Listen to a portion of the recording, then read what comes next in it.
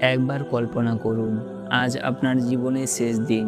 পৃথিবীর সব কাজ শেষ হয়ে গেছে, পরিবার কাঁদছে, আত্মীয়রা ঘিরে আছে, কিন্তু আপনি কিছুই বলতে পারছেন না।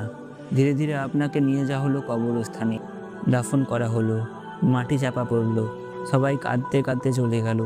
চারপাশে নীরবতা, সম্পূর্ণ অন্ধকার, আর আপনি একা। এটাই হবে কবরের প্রথম রাত। এই রাত পৃথিবীর কোনো রাতের মতো নয়। এখানে মোবাইল নেই, বন্ধু নেই, আলো নেই, আছে শুধু আপনার আমল। রাসূল সাল্লাল্লাহু আলাইহি সাল্লাম আমাদের শিখিয়েছেন, কবর হচ্ছে আখিরাতের প্রথম ধাপ। এখান থেকে শুরু হবে চিরস্থায়ী জীবনের পথ চলা। দাফনের কিছু সময় পর দুজন ফেরেশতা আসবেন, তাদের নাম মুনকার ও নাকির। তারা মানুষকে উঠিয়ে বসাবেন এবং তিনটি প্রশ্ন করবেন: তোমার রব কে, তোমার দিন কি, আর এই ব্যক্তি সম্পর্কে তুমি কি বলো? অর্থাৎ আমাদের প্রিয় নবী মুহাম্মদ সাল্লাল্লাহু আলাইহি সাল্লাম সম্পর্কে। যে মানুষ দুনিয়াতে আল্লাহকে চিনেছে, নামাজ পড়েছে, ইসলামকে ভালোবেসেছে, সে কোনো দ্বিধা ছাড়াই উত্তর দিবে, আমার রব আল্লাহ, আমার দিন ইসলাম, আর তিনি আল্লাহর রাসূল। তখন কবর তার জন্য প্রশস্ত হয়ে যাবে, অন্ধকার আলোতে পরিণত হবে, জান্নাতের দরজা খুলে দেওয়া হবে।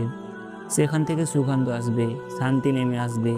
সে অনুভব করবে এ যেন জান্নাতের একটি বাগান। কিন্তু যদি কেউ পৃথিবীতে আল্লাহকে ভুলে থাকে, নামাজকে গুরুত্ব না দেয়, দুনিয়ার পিছনে দৌড়াতে দৌড়াতে আখিরাতকে ভুলে যায়, তখন সে উত্তর দিতে পারবে না। সে বলবে, আমি জানি না, আমি শুনতাম মানুষ যা বলতো তাই বলতাম।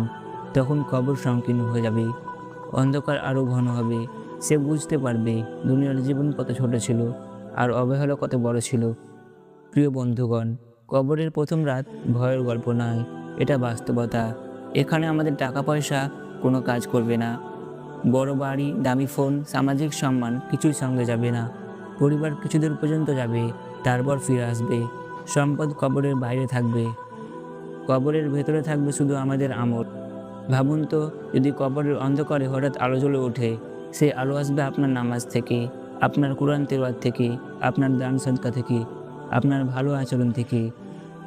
ছোট একটি ভালো কাজও সেখানে বিশাল হয়ে দেখা দেবে। একটি হাসি, একটি সাহায্য, একটি সৎ উপদেশ, সব কিছুই সেখানে মূল্যবান হয়ে উঠবে।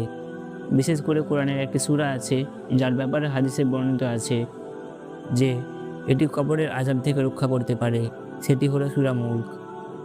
যে ব্যক্তি নিয়মিত এই সূরা পড়ে, তার জন্য এই সূরাটি সুপারিশ করবে। একবার নিজেকে প্রশ্ন করুন, আজ যদি আমার কবরের প্রথম রাত হতো, আমি কি প্রস্তুত? আমার উত্তর কি তৈরি? আমি কি সত্যিই আল্লাহকে চিনি, নাকি শুধু মুখে বলি? আমার নামাজ কি ঠিক আছে? আমার আচরণ কি ঠিক আছে? দুনিয়ার জীবন কয়েকদিনের, আমরা এখানে অতিথি, কিন্তু কবরের জীবন দীর্ঘ, তারপর আছে অনন্ত আখিরাত। তাই এখনই সময় বদলে যাওয়ার, এখনই সময় আল্লাহর দিকে ফিরে আসার, এখনই সময় একটি নামাজও হালকা মনে না করার। আল্লাহ আমাদের সবাইকে এমন আমল করার তৌফিক দিন, যাতে কবরের প্রথম রাত আমাদের শান্তির রাত হয়, ভয়ের নয়। আমাদের কবরকে জান্নাতের বাগান বানিয়ে দিন। আমিন।